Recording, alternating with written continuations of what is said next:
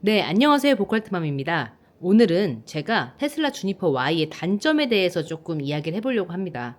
제가 지금 약 8개월 동안 18,657km를 탔어요. 근데 이제 물론 이 테슬라 너무너무 좋고 저는 사실 장점이 훨씬 더 많다고 생각하지만 분명 단점도 존재하기 때문에 여러분들께 오늘 제가 느끼는 테슬라 주니퍼 Y의 단점 8가지를 한번 이야기해보고자 합니다. 먼저 첫 번째는 과속 방지가 표시가 정확하지가 않아서 굉장히 불편한 때가 많습니다. 그래서 실제로 이 표시가 정확하지 않다 보니까 티맵에서는 30으로 가라고 써 있는데 실제 테슬라에서는 50으로 가는 경우도 있고 오토파일럿을 했을 경우 그냥 빨리 가도 되는데 갑자기 어디선가 이 50의 속도로 잡혀서 오토파일럿이 잘 작동이 안 되는 경우들도 있거든요. 그래서 이렇게 소소한 이렇게 작은 부분들이긴 하지만 타다 보니 약간의 불편한 점들이 분명히 있었습니다. 그래서 이 과속 방지는 꼭 티맵으로 더블 체크해서 확인하는 게 중요한 것 같고요. 이게 불편하신 분들은 테슬라 안에 있는 속도는 보지 마시고 티맵이나 다른 걸로 조금 봐주시면은 더 정확하게 알 수 있을 것 같습니다. 그리고 두 번째는 내비게이션 문제인데요. 내비게이션은 좋지 않다고 이미 알고 있지만 그 뭐 1차로, 2차로, 3차로 이런 거에 대한 안내가 없다는 게 테슬라의 또 큰 단점인 것 같습니다. 보통 티맵이나 이런 거 보면은 뭐 1차로 주행하라든지 3차로가 더 좋다든지 그런 게 나오는데 이 테슬라 내비게이션으로만 봤을 때는 전혀 그런 감을 잡을 수가 없어서 아무래도 운전을 하다가 실수하는 경우들이 많은데 이런 부분들이 테슬라 내비게이션의 안 좋은 점이라고 생각을 합니다. 그리고 세 번째는 바로 승차감인데요. 테슬라 주니퍼 Y는 사실 승차감이 많이 개선되었다고 알려져 있는데 물론 저도 처음에 탔을 때는 크게 느끼지 못했어요. 그래서 많이 안 좋다고만 들었어서 막상 탔을 때는 생각보다 너무 괜찮은데? 라고 생각이 들었었는데 타다 보니까 아무래도 이렇게 방지턱이 있는 부분들이나 그리고 좀 도로가 울퉁불퉁한 데에서는 이 차체가 좀 많이 흔들리더라고요. 그래서 불편한 감이 많이 느껴졌는데 특히 저는 제가 타는 운전석 말고 남편이 운전할 때 옆좌석이나 조수석이나 뒤를 잠깐 타봤을 경우에 생각보다 제가 이 운전석에서 느끼는 것보다 조금 더 많이 차체가 좀 흔들린다는 게 느껴졌습니다.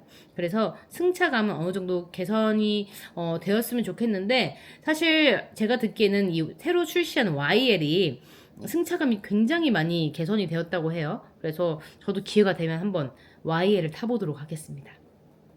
그리고 다섯 번째, 바로 이 비상 깜빡이 문제입니다. 이 비상 깜빡이가 사실 위에 있어서 또 터치잖아요? 정말 비상으로 필요할 때는 이걸 찾기가 쉽지 않아요. 미리 알아서 좀 차를 정차할 때는 그나마 괜찮은데 급하게 비상 깜빡이를 켜야 되는 순간이 있으면은 이걸 켜고 할 사실 정신이 없습니다. 그래서 제가 어떤 채널에서 보니까 스치듯이 만지면은 그나마 조금 낫다고 하는데 이것도 솔직히 말하면 정말 다급한 상황에서는 어쩔 수 없기 때문에, 제 생각에, 조금 가까운 곳에 버튼 시계로라도, 비상 깜빡이 하나 정도는 만들었으면 어떨까 하는 그런 아쉬움이 있고요. 네. 그리고 다섯 번째. 저도 많이 언급을 했지만 테슬라는 이 통창이 굉장히 매력적이면서 이걸 여닫을 수 있는 기본 선쉐이드가 없었다는 게 가장 좀 안타까운 점인 것 같아요. 그래서 저는 마그네틱 선쉐이드를 사용하기도 하고 또 이렇게 다른 분들 보니까 자동 선쉐이드 많이 이용하시는데 제가 마그네틱 선쉐이드를 이용한 이유는 사실 이 통창의 매력이 좀 크기도 했고 저는 그리고 사실 엄청 뜨거운 날 아니면은 썬팅이 조금 되어 있는 편이어서 이게 투명한 창을 보기는 조금 어렵지만 그래도 기본적으로 그냥 여름에 다니기에 크게 덥진 않아서 그냥 다니고는 있습니다. 하지만 좀 선쉐이드가 있었으면은 저도 좀 더 편하게 이 주행을 할 때 햇빛을 가릴 때 조금 더 편하지 않았을까 하는 생각이 들었고요. 그리고 여섯 번째는 와이퍼의 정확도입니다. 사실 비 오는 날 이 와이퍼가 움직이는 걸 보면은 비가 조금만 내리는데도 굉장히 빠르게 이 와이퍼가 움직이는 경우들이 있어요. 그리고 다른 와이퍼보다 조금 더 뿌드득 소리가 난다고 해야 되나? 이렇게 좀 뻑뻑한 경우들이 있는데 그건 테슬라 순정 와이퍼들이 다 그런다고 합니다. 조금 더 부드러웠으면 하면 어땠을까 하는 아쉬움도 있고 또 이 와이퍼가 정확하지 않아서 생각보다 너무 많이 움직이거나 아니면 생각보다 너무 늦게 움직이는 경우 비 올 때 조금 불편함이 있었고요. 또 이게 버튼식으로 되다 보니 이 버튼도 사실 이게 정말 급한 상황에서는 뭐 2단, 3단으로 조절하기가 좀 어렵더라고요. 그래서 되도록이면 자동으로 저는 비가 많이 올 때는 설정하긴 하는데 이런 부분들이 터치를 이용해서 하는 게 조금 아쉬운 점이었습니다. 네, 그리고 7번째 바로 부족한 이 USB 포트 문제인데요.